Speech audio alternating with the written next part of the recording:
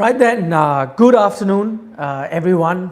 Welcome to another live session coming to you live from Dubai.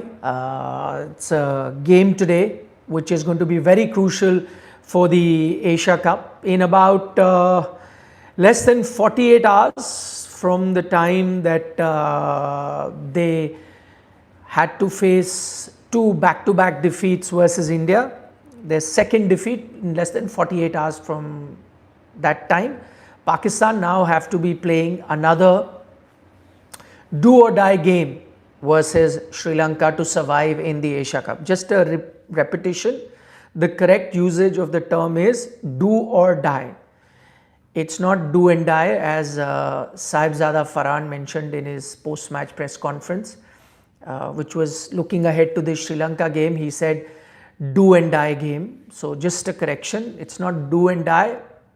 For Pakistan, it is do or die, because you will either do or you will die, as in you will be out of the tournament. You cannot do and die together. It does not happen. So that's just a friendly piece of advice to Sahibzada Farhan and the rest of the Pakistan team, that today they are playing a do or a die encounter in the Asia Cup. Now, let me just give you a bit about the situation, what is happening in the Super 4. Remember, there are 4 teams.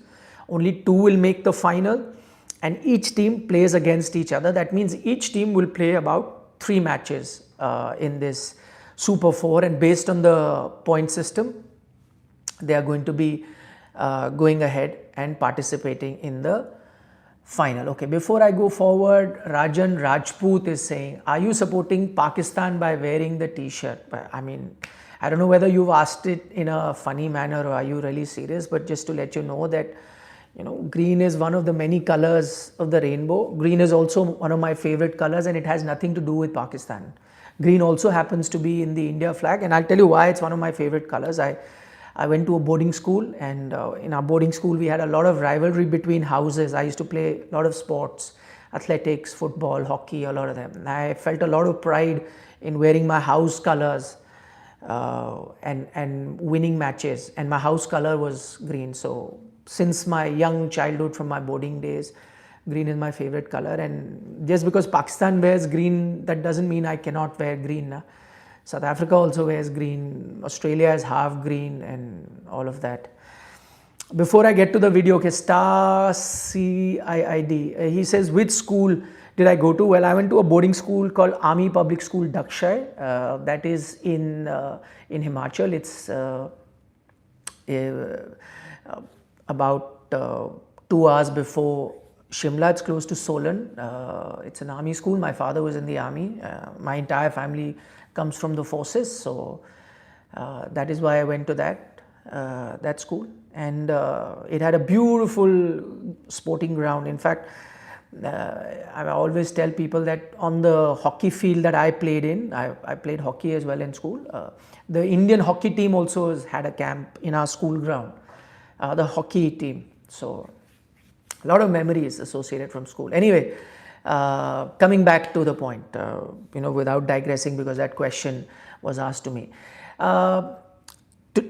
Giving you the equation, now remember, 2 matches of Super 4s have happened. Pakistan has lost 1 and Sri Lanka has lost 1. Now both teams that have lost their first match are going to be playing this game, so it then becomes do or die. But there is still a possibility that any team that loses the match today can still qualify for the final. And I think that is how this tournament is going to pan out. That is at least the feeling that I have.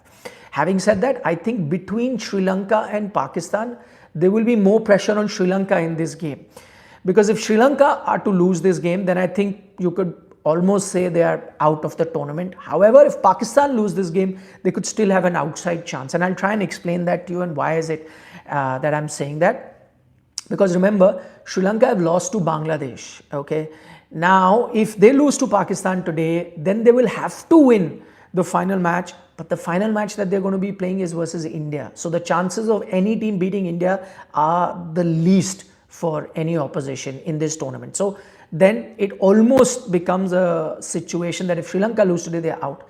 Why is it that I say that for Pakistan, there may still be an outside chance? Because assuming they lose to Sri Lanka, The last game that they play will be against Bangladesh, and I think that will be a 50-50 match when it starts. So there'll be an equal chance, I think, for Bangladesh to win or Pakistan, but I don't think Sri Lanka, India will start at a 50-50. Sri Lanka, I think, will start with a slightly more disadvantageous position. So that's why I think it's a more crucial game for Sri Lanka to win if they want to be in the final, considering they're playing India last. I have a feeling, which is why I said I have a feeling it could be a scenario, assuming that India win all their games. Of course, India can lose to either Bangladesh or Sri Lanka, but I'm just looking at the form and the composition of both teams. It could be a scenario that India end up winning all their 3 games, qualify for the final, and then it boils down to these 3 teams, and it could be a likely scenario where I think all these 3 teams could be tied with 1 win each, and then net run rate might come into play. That's just a guess that I have. You could very well have India lose 1 game. You could very well have Bangladesh win 2 games and qualify, whereas Pakistan, Sri Lanka can keep fighting amongst themselves. So many other scenarios are possible. We'll know as things stand out. But let's focus on the game today. Pakistan versus Sri Lanka, and who do I think has the edge in this encounter? I think it's going to be a close encounter. There are issues for both teams, there are advantages for both teams, but I'm going to pick a winner, and I'll tell you why I go with who I pick.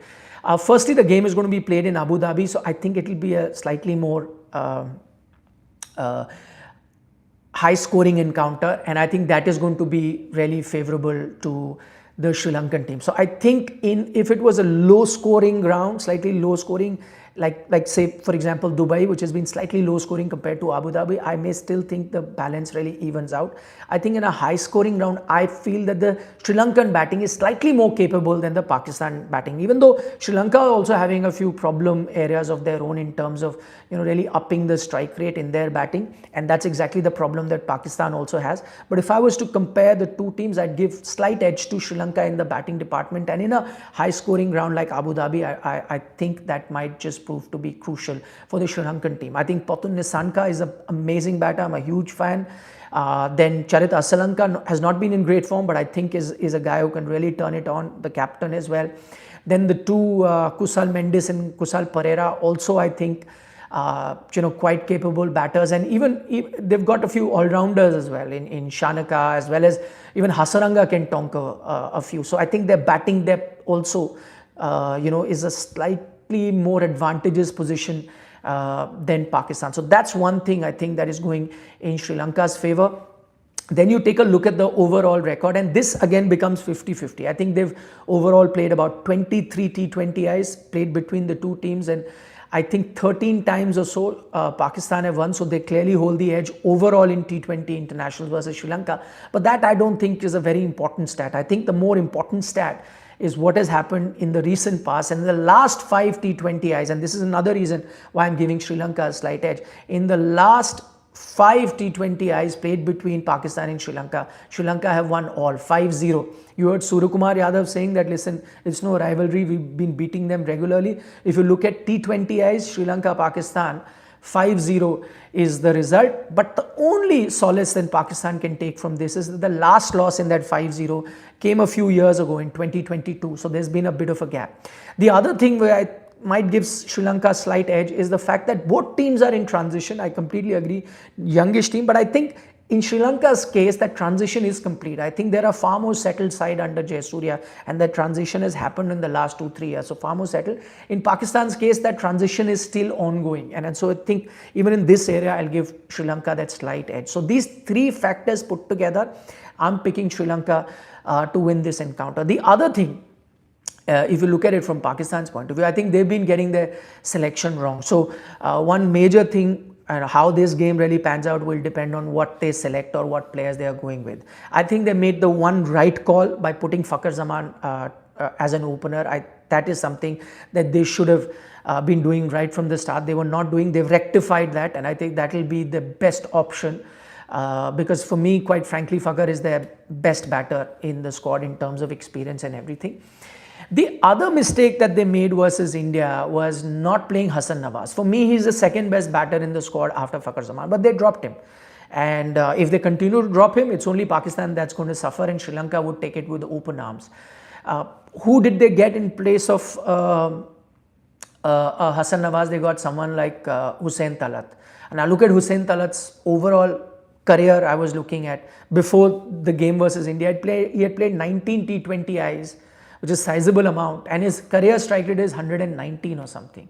So what do you expect him to do? Hassan Nawaz on the other hand has won a few games for Pakistan, batting in the middle order, playing aggressively as well, 130, 40, 50 strike rate. He can do that, but Hussein Talat doesn't do that. He did that against India also, batting at a runner ball. I think that was one of the major areas where they really fell behind compared to India, even though they had a good start. So I think even that in mind, I think that is a mistake. If they get a Hassan Nawaz back, then their batting becomes much better. I did see a comment just now from Hamza Danish, and he feels that, he thought I was unbiased, but my mask is slipped. Listen, whatever I'm saying is unbiased. If my cricketing sense is telling me that Sri Lanka starts slight ahead of Pakistan, I'm just mentioning that. And just because you may be backing one team and I've not picked them does not mean that I'm trying to be unbiased or I'm on purpose saying this team is lesser than that. I'm giving reasons as to why I think one team is better. It could be at the end of the day, it's T20 cricket result could be very different.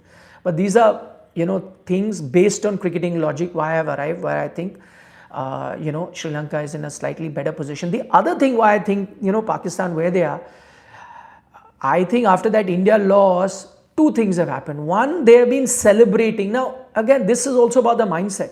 Sri Lanka are down and out when they lost to Bangladesh. They would want to improve. Pakistan lost to India, but the kind of messaging that I'm getting from their players in press conference and listening to a lot of their media, they're celebrating the fact that, Haris Rao was doing those gestures and Shahzada Farhan answered back to India. So they're enjoying that. I mean, you've lost the match.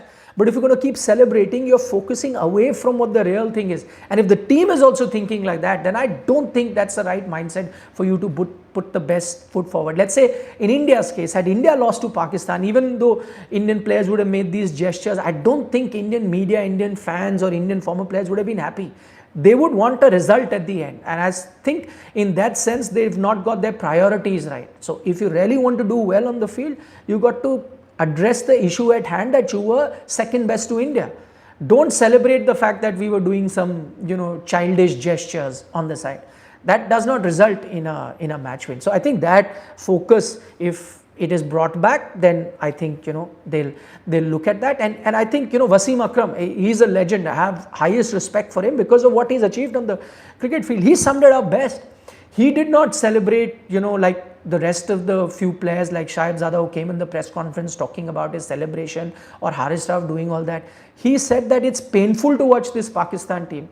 He feels embarrassed watching this Pakistan team, the way they play and how they've been losing. He said in the last 5 years, the way we've been playing against India, we're far behind, and as a former player, it pains him. You need people like that from Pakistan if they want improvement in Pakistan cricket. He's been very objective. He's looking at the issue at hand. He's not celebrating all these other things that are happening on the side. He's saying it's very painful to watch that team perform, and that's absolutely right. So you will have to need to focus at the issue at hand if you want an improvement. Anyway, as I said, it's going to be important game for the Asia Cup for both Sri Lanka as well as Pakistan. It will tell us where the tournament is heading. It should be a competitive game. And as cricket fans, all of us, I'm a cricket junkie. I watch cricket across the world all the time whenever I get time. So I'd be keeping a close eye on that game as well. I was planning to go to Abu Dhabi, but I cannot because the Indian team is going to be practicing at the same time here in Dubai. So I'll be at the Indian team practice, and the Indian team also has a press conference ahead of their game, the next game that they'll be playing versus Bangladesh. So I'll be attending that. But of course, on television, I'll keep a close eye as to what's happening about hour and a half away from where I am right now. So yeah, that's the latest that I have for you from Dubai. Next update will be what happens in the Indian team press conference as well as what the Indian team does in the practice session. I'll bring you all the insights plus some visuals of Indian team's practice. So for that, you have to subscribe to Sports Today and give us a like on the video. That's the only thing that we crave for. So do that. and we'll see you shortly on Sports Today. Take care, guys. Bye bye.